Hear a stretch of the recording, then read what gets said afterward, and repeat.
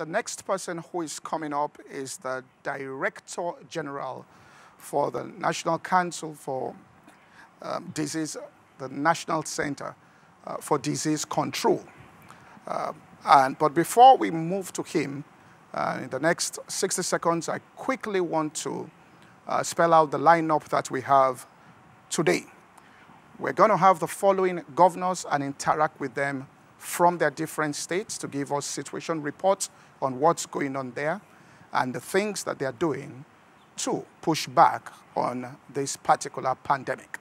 The Vice Chairman of the National Governors Forum, the Governor of Sokoto State, Governor Aminu Tamboa, we will reach out to him in Sokoto. The Governor of Delta State, Governor Ifeanyi Okowa. The Governor of Nasarawa State, Governor Abdullahi Sule. The Governor of Kaduna State, Governor Nasser El-Rufai. The Governor of Edo State, Governor Godwin Obaseki. And of course, the Governor of our home state, Governor Babajide Sanwo-Olu. And then we will have the Vice President of the Federal Republic of Nigeria, Professor Yemi Osinbajo.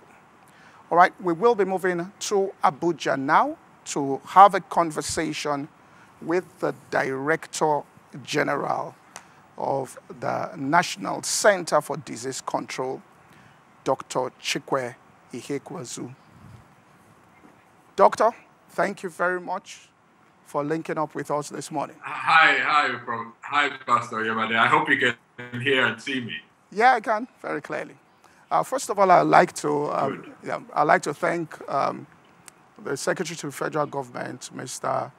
Boss Mustafa, who is Chairman of the Presidential Task Force, also for helping to make this happen. And then we must be very grateful to you, sir, the work you have done, the knowledge you have put on the table, the pushback against this epidemic. I'm sure Nigerians are glad that you are where you are. All right, the first question we're going to ask is this. From what we have been hearing in foreign news media, it's clear that the rate of mortality we're having here in Nigeria is very low, and our rate of recovery seems to be much higher when compared with some countries like Italy, Spain, or United States. What will you attribute to this development? Is it the demographics, or what exactly will you attribute this to? Yeah, so thank you very much, and it's a real pleasure to be on your show. It's actually the Nigeria Center for Disease Control. I know these acronyms are a little bit confusing in our context. Pastor Yamada, I think the first thing to say is, we've had just over 50 deaths, and, it seems to be a small number, but, every death is really of their loved ones. And, it really is, there's a story and a life behind each of those individuals. And the other thing to say is, we're really at the beginning of this outbreak globally. I think the point where we will assess how many people died in Nigeria versus anywhere else, the time really will come maybe a year or two when we look back to the evolution of this outbreak. But, you can see that the outbreak comes in waves, and we're not sure where we are on our own trajectory at the moment. So I think it's early days to reach conclusions around mortality. What we're doing and working hard every day with every member of my team and many other people working across the country, especially at the state level, because it's actually at the state government level and their care facilities that are providing care for all those infected, is working very hard and very tedious work to make sure that we see that as many of people infected. This question on one note, yesterday was Workers' Day, and we celebrated the work done by healthcare workers across the country, across the world. There's never been a time that it's more important to reflect on the career that healthcare workers have chosen, literally to save lives. And they're doing this at great risk to themselves and to their families. And this is really an opportunity to shout out to all of them, and not to give up, to keep pushing, and to really persevere through this challenging time. Nigerians are counting on us and not to give up despite the challenges from the Nigeria Center for Disease Control and all our partners and the federal government, the Presidential Task Force. We're working extremely hard to see that everyone has the personal protective equipment that they need. But it's a big and complex country. This is the honest reality. And it's not easy, but we will not stop. But as we celebrate the workers across the country working to keep people alive, we hope at the end of this outbreak to have a good story to tell around about mortality in Nigeria, and that the current situation with a relatively low case fatality ratio actually plays out at the end of the outbreak. But to make that happen depends on the hard work, the diligence, and the perseverance of healthcare workers today as we speak, beside hospital beds, looking for contacts, following up in the lab, testing samples, literally working 24 hours to keep us free from this disease and prevent more deaths. All right, sir. I'm going to take this question here. I hope you can hear me. I can. All right, sir. What will you consider personally as the most difficult challenge in managing the spread of the virus in Nigeria?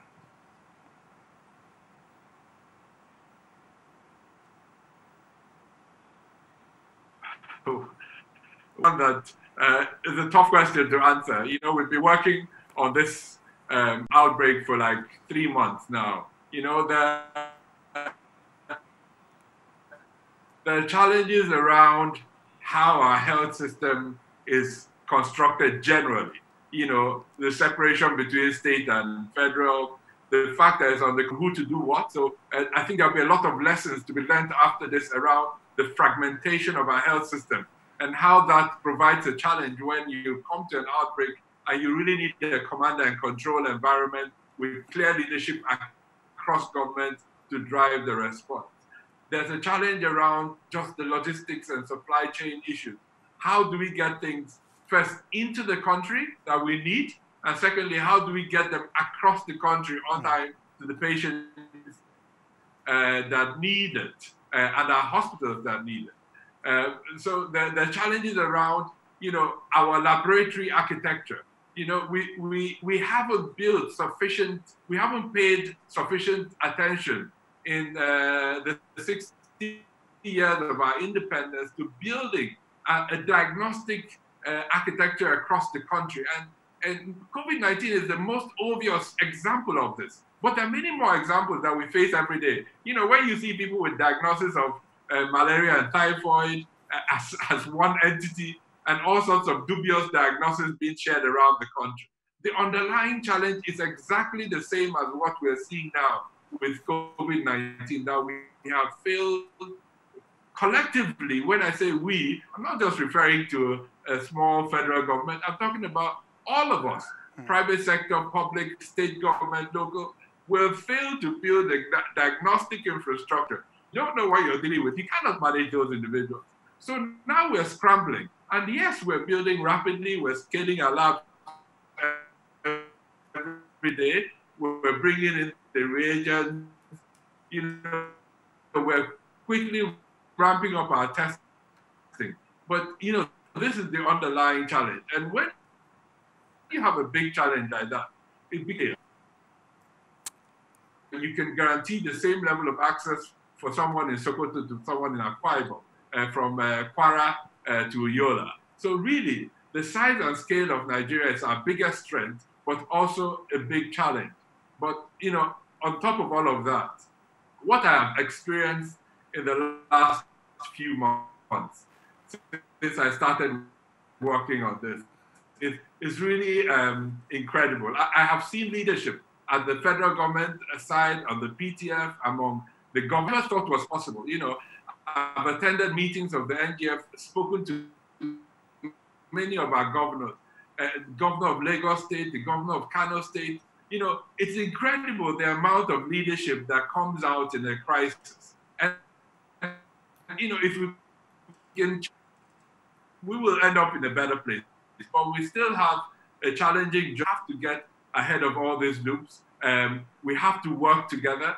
The Federal Ministry of Health and its leadership, the Honorable Minister, everyone has come together. And now we have to build on that momentum and make sure we don't fragment the response. We keep it to one response, as we have always done in a crisis, and not think about it as different pathways to answering the goals. There are many people coming up with great ideas and great solutions. I'm sure I've made 1,000 enemies in this response, but our principle, it has been and will continue to be, that we must stick to one response and make sure that we align and work together, even though our structure of government sometimes leads to various influences coming into our response. But once you're in a crisis, when you're at war, you can't have several commanders, you can't have several inputs of ideas. We have to have one unified response, and that's the responsibility of the Nigeria Center for Disease Control under the leadership of the ministry, with the new presidential task force giving us strategic advice and guidance on how to lead this for the country. So we'll continue to do our best and make sure we pull all the various forces together. All right, sir. One more question, and I'm sure a lot of people will be interested in this question. It says, we have read the World Health Organization is racing to develop a vaccine. Does this mean until a vaccine is found, people will continue to practice social distancing, wearing masks, even when the lockdown is totally lifted? Can normal life, the person asks, be guaranteed this year?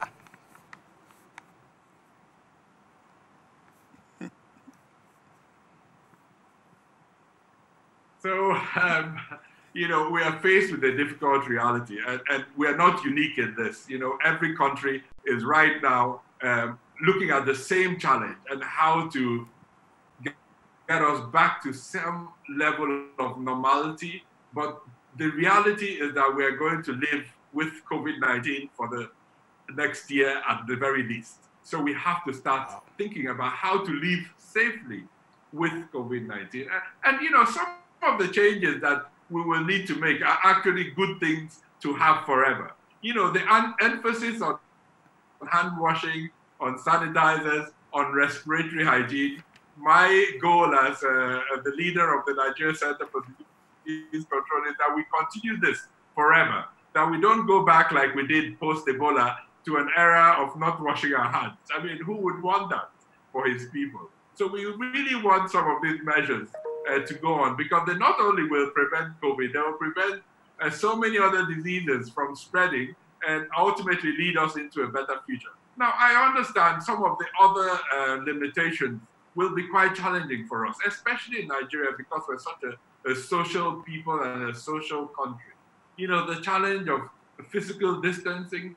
I prefer the words physical distancing to social distancing, because we're not asking people to be socially distant from one another. We're asking them just to be physically distant so that the virus cannot spread. But please use technology and whatever else to remain socially connected. In fact, to intensify your social connection, because we need that. The other thing is about mass gatherings. You know, it will be a big challenge for us, but we have to try. You know, these are things that we will have to do in the short term. It will be very challenging, and every business right now, every church, I know you are thinking about the same thing, how to manage your congregation in an era of COVID. Every religious gathering of any form, social gatherings, weddings, we really have to rethink how we do this in the short term. It's a sacrifice we will have to make as a people, as a country, to get over this.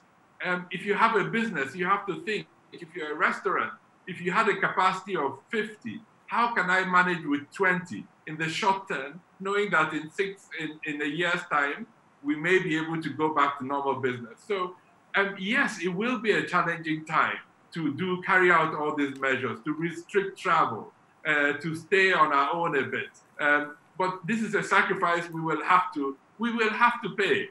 And the one thing is, we are not alone in this. Everywhere across the world, even in the most advanced countries, the countries that we looked up to as the best scenarios in the world, they are facing the same challenges. There's no easy solution for them. There's nowhere to run to.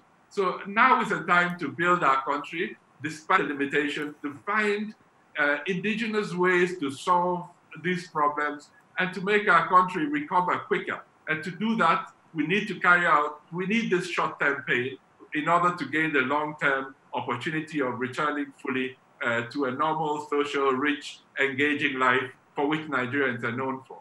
But I'll end on this note. If there's one great thing that will come out of this, is that we reinforce some of the basic hygiene principles, hand washing, using sanitizers, and really ask everyone to take personal responsibility, collective responsibility and personal responsibility to do these things. So do it yourself, your church should do it, your school should do it, the market union, the union of road transport workers, every group and organization and group of people can take responsibility themselves for making sure these measures work. It's the only way we can avoid a bigger crisis in our country. And we will stand with you. The Presidential Task Force led by the Secretary of the Federal Government is standing with you, and I think no one else has shown greater leadership over this period than him, and really led the response in a way that has brought the country together. So let's hold together as a country as we go through this difficult time, especially with the states that are going through a harder time now than anyone else. People living in Kano need our support. People living in Lagos need our support because they are really at the heart of the pain being caused by this current outbreak. Thank you very much, sir. Thank you so much for taking out your time. You're one of the busiest men in this country right now. We really appreciate this, and thank you once again for your work. Thank you, sir. Yeah, thank you very much, and keep at it, and thank you, Nigerians, for all your hard work and perseverance over this period. Thank you. Thank you, sir. Platform Studios, and we just listened to the interview with the head of the Nigerian Center for Disease Control, Dr. Chikwe Ihekweazu. And I like the fact that he literally touched on what we were talking about before we went on the break, masks, sanitizers, and he said, you know what, this is a new normal for at least a year. Which, you know, when he said it, I was like, But he was talking about the reality of life changes, making sacrifices. And let's talk about really that reality on a very personal, micro level to the everyday person. When he talks about restaurants, cutting down, this cutting down. Tola, for you, I know that when he said that I saw your passionate, unspoken response to that. I think what I was responding to is the personal sacrifices, especially for businesses, right, who have to reduce their capacity. And, you know, maybe it's also a chance for them to change models, to rethink business models, to rethink their numbers and assumptions for, you know, a lot of businesses. When you think of restaurants, supermarkets, transportation, everybody has to, for this, as he said, physical distancing, we have to reduce our capacity to provide for customers. And that means that I am reviewing down what I think I would earn. Either I review down what I earn or increase my prices, which then has another hit on, you know, has another impact on economics as well. So somehow everybody has to, so either, even I as a person, either I'm paying more for services as a person, or even look at what's going on around the world where companies are furloughing, they're sacking people, not because they want to, but the reality of the economics is because this thing is going to be with us for a while, it's totally changing assumptions and numbers. And everybody's going to have to make personal sacrifices. Even corporates, personal, even NGOs, governments have to rethink how they're spending money. Everybody's going to have... Governor Fahimi touched on, actually, that it's also making us rethink how everything literally is done. But let's go back to the conversation we're having on this whole social life, masks issue and everything, because like one of the things he said, I even like the fact that he said not just social distancing, which is really big grammar. How many people really understand the masses of the masses what social distancing is, but physical distancing, wearing masks. If we continue this for a long time, and I like the fact that he said for him, it's almost like a prayer come true, because these are things that he even wishes we imbibed. We changed our lives after Ebola. After a while, we went back to the old normal. So how real is it for us to imbibe this as a way of life? I hope, just as he said, that people would actually imbibe those things, because we throw pathogens around ordinarily anyway. You know, you find people handcuff into their hands and they go ahead and shake someone. You know, you have to have that in your mind, knowing that you can transmit something to somebody else. And this is going to create that awareness. So if you're wearing masks, now, of course, people are wearing masks around that are not medical grade masks, but you don't need medical grade masks necessarily because you're not going to be in the face of someone. But it would serve as a reminder to keep you, to help you maintain that physical distance. It reminds you all the time. You have learned you shouldn't be touching your face and all of that. You might have touched something. It changes the way we do those things. You know, you want to touch a banister, you want to touch the railing of a staircase, you're using the button of the lift, so you learn it. So we're hopeful that people would imbibe that actually into their lives, and it would help us, yes, and maintain it to the future. I guess it's one day at a time. One day at a time. It's really one day at a time. But we need to go back now to the main interview where we'll be having an interview with His Excellency, the Governor of Kaduna State. The Platform Nigeria celebrates all medical and frontline workers in the battle against this epidemic. Some have given their lives to keep us safe. Nigeria and the world will forever be grateful to you all.